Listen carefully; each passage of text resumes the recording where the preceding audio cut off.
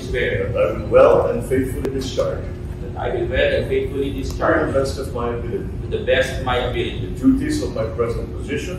the duties of my present position and of all others I may hereafter hold and all others that I may hereafter hold under the Republic of the Philippines, under the Republic of the that I will Philippines, support and defend that I will support and the defend Constitution of the Philippines, the Constitution of the Philippines, that I will bear true faith and allegiance to the same, that I will bear true faith and allegiance to the same, that I will obey the laws, that I will obey the laws, legal orders and decrees legal orders and decrees promulgated by the duly constituted authorities promulgated by the duly constituted authorities of the Republic of the